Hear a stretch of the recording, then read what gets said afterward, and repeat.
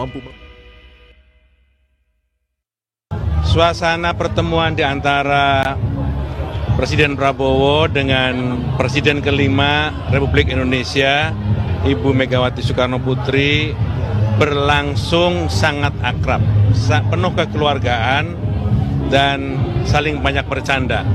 Di antara keduanya juga ada berbisik, yang saya terus terang belum tahu apa yang dibisikkan, tapi tapi keakraban, kekeluargaan penuh mewarnai dan menjadi pemandangan di depan mata kami. Masih bersama saya Budiman Tanerjo di satu meja The Forum. Bang Sukur Nababan, Bang Mujani tadi mengatakan bercanda, berbisik, akrab. Yang dibisikkan apa ya kalau Anda tahu? Ya dari dulu kan memang akrab. Akrab. Jadi hubungan Ibu Mega dengan Pak Prabowo itu kan ya ibarat kakak adik. Artinya akan masuk dalam kabinet sekarang? Nah itu persoalan lain lagi. Intinya adalah dari awal kami menghormati semua pemilu dengan segala prosesnya. Kami menghormati Pak Prabowo. Nah tentu saja apa program-program Pak Prabowo yang baik pasti kami akan dukung. Oke, pertanyaannya adalah apakah PDIP sudah diajak masuk kabinet? Ini bukan masalah dagang sapi diajak kabinet atau tidak diajak kabinet. Tetapi yang persoalannya adalah hubungan antara Ibu Mega dengan Pak Prabowo itu sangat bagus. Jadi kalau ada hal-hal yang sangat penting untuk tata negara atau untuk kenegaraan atau untuk apa yang harus dilakukan oleh Pak Prabowo yang sangat urgent sekali, saya pikir ya komunikasi antara Ibu Mega dengan Pak Prabowo sangat cair sekali. Sangat cair sekali kan waktu pertemuannya terakhir pada saat hari lahirnya Pancasila kan sama-sama bercanda ya.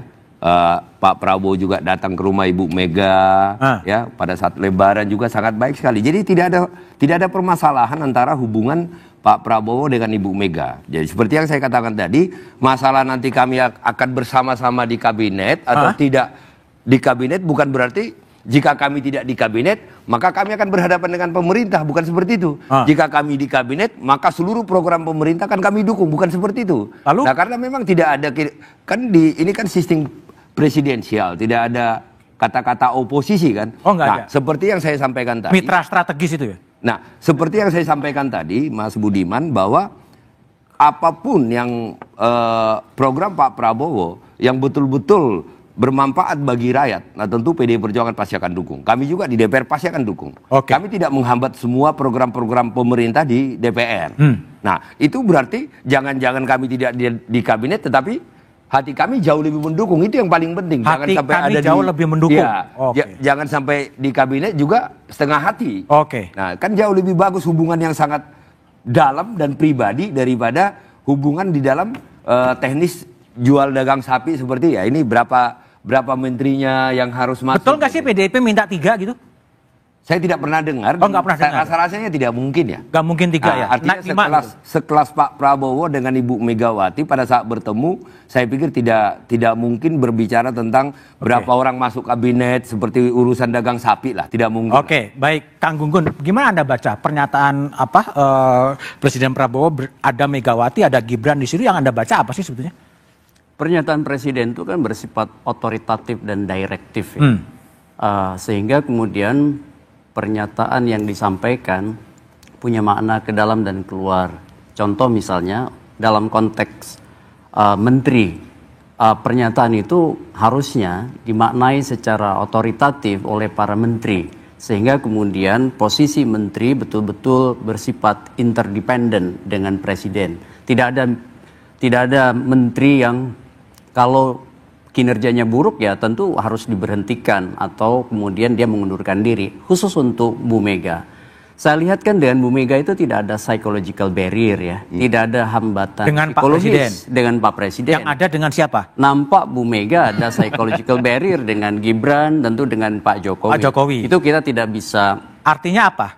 Artinya memang ada perjumpaan politik yang rumit ketika misalnya Jokowi dengan Bu Mega. Tetapi menurut saya pola hubungan tingkat kebutuhan yang bersifat reciprocal, timbal balik terjadi antara Ibu Mega dengan Pak Prabowo.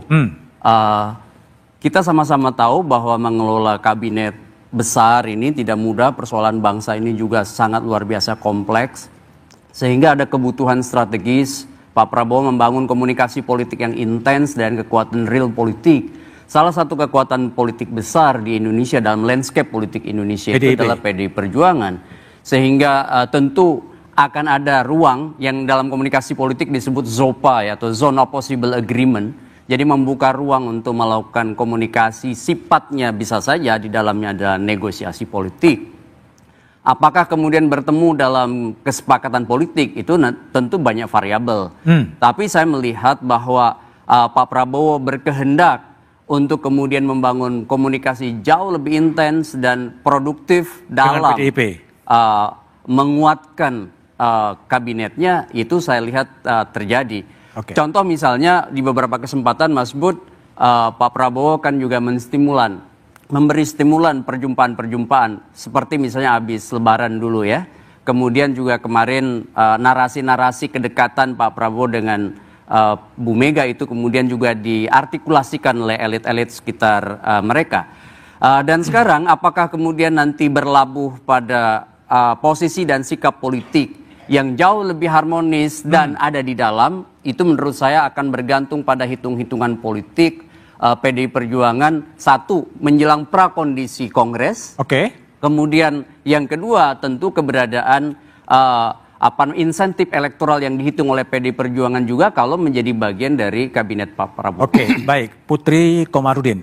Seandainya memang tadi analisa Gun-Gun mengatakan ini adalah upaya untuk masukkan PDIP ke dalam, posisi Golkar jadi gimana?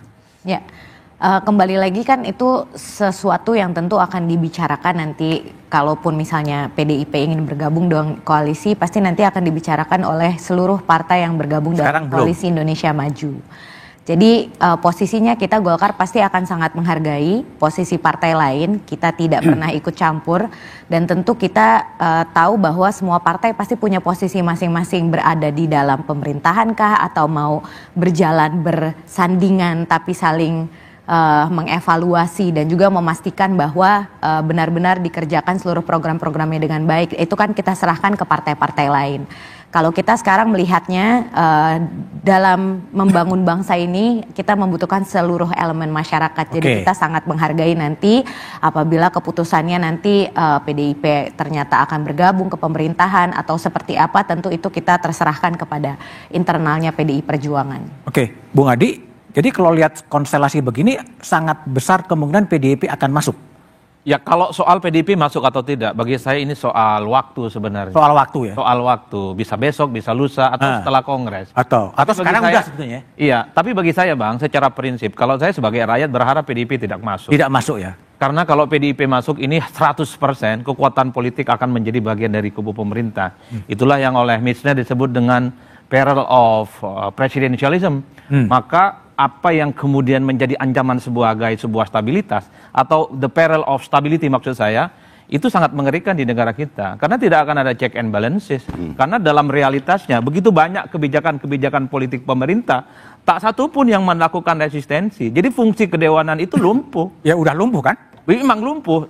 Harapannya adalah kalau memang PDIP dua kakinya berada di luar kekuasaan politik ke depan, saya kira tentu sikap kritisnya itu harus mulai dimunculkan. Itulah yang saya sebutkan, bagaimana saya berharap betul partai-partai yang saat ini berada di luar itu tidak menjadi bagian dari koalisi pemerintah. Nah yang kedua dari segi PDIP, ini dari segi kondisi politik tidak memungkinkan. Sekarang kondusif, tidak ada resistensi, tidak ada perlawanan, tidak ada oposisi dari dalam, tidak ada partai-partai yang membelot.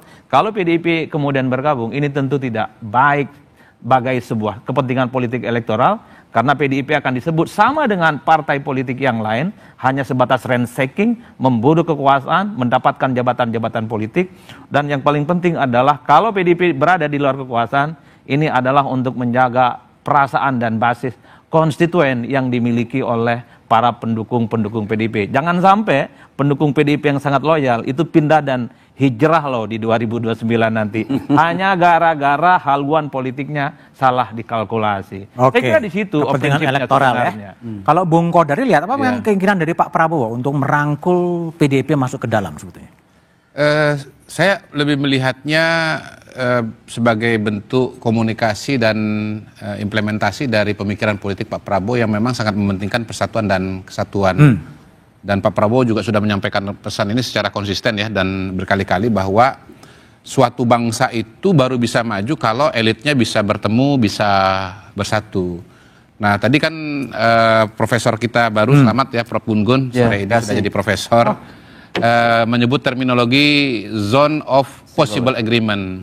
Kalau kita bicara zone of possible agreement, mungkin kacamatanya lebih kacamata taktis dan politis ya Mas ya. Tetapi saya melihat dalam konteks keindonesiaan dan konteks Pak Prabowo, yang namanya kebersamaan elit atau pertemuan elit itu lebih dari sekedar zone of possible agreement, tetapi memang ini satu ideologi yang betul-betul menjadi bagian dan budaya bangsa Indonesia. Itu sebabnya kita lihat bahwa Pak Prabowo komunikasi dengan semua, dengan Pak Jokowi, dengan Pak SBY, juga dengan Ibu Megawati. Dan komunikasi ini dilakukan terus-menerus dan dalam berbagai konteks. Dan menurut saya sih kalau kita membicarakan pada hari ini pertemuan antara Pak Prabowo dengan Ibu Mega, jangan dilepaskan dari pertemuan sebelumnya. Misalnya pada saat Lebaran. Pak Prabowo ketemu dengan Ibu Megawati dan menjawab dari Prof. Adi, kalau ini Prof mudah-mudahan ya. Kalau itu udah Prof benar, kalau ini Prof mudah-mudahan. Ya coming soon gitu ya. Janganlah Bang, kalau belum profesor jangan disebut mudah-mudahan. Karena ada juga orang yang belum profesor asik disebut profesor. Iya. Ini kan zone of possible agreement juga. Jadi saya melihatnya bahwa ini bagian dari yang tidak terpisahkan dari pertemuan sebelumnya. Dan pada waktu itu menjawab Mas Adi, seingat saya Pak Muzani mengatakan begini. Ini saya kutip Pak Muzani ya, kalau ini pun juga mudah-mudahan saya nggak salah ingat, karena sebetulnya pertemuan itu kan tertutup, jadi kita tidak tahu sebetulnya pembicaraan realnya apa. Mas Muzani itu mengatakan begini, bahwa PDI Perjuangan tetap di luar, tetapi kalau sewaktu-waktu diperlukan, kalau penting banget ya, dalam tanda kutip mungkin darurat ya barangkali ya, PDI Perjuangan itu siap untuk mendukung. Jadi saya kira kerangkanya kira-kira itu tidak akan mengkhawatirkan Mas Adi bahwa PDI Perjuangan tetap di luar kalau bicara pemerintahan, tetapi kalau bicara hal-hal yang darurat, maka PDI Perjuangan siap memberikan dukungan apabila diperlukan. Dan menurut saya kacamata darurat itu gimana darurat itu? Ya kita kan berada dalam dunia yang penuh ketidakpastian ya pada hari ini ya. Ada krisis hubungan antar negara, mungkin ada krisis pandemi ke depan, walau alam, kita nggak tahu. Kemudian krisis bahkan bisa yang namanya perang ekonomi, perang tarif dan seterusnya. Jadi saya kira mungkin hal-hal yang katakanlah kan kalau kita ada buat perjanjian itu apa namanya? Kalau ada kejadian khusus itu, klausa khusus itu? Force major. Nah itu dia. Jadi klausula umumnya PDI Perjuangan berada di luar, tapi kalau force major siap dukung, kira-kira begitu. Bukan gitu. Dukung dalam pengertian jadi menteri, tapi mendukung kebijakan-kebijakan yang tapi kan sudah mendukung semua kan Bang Sukur, PDIP? Ya, tadi saya katakan kan. Atau tergantung penting, Kongres ya? Yang paling penting dalam sebuah hubungan itu adalah tidak ada hambatan psikologis.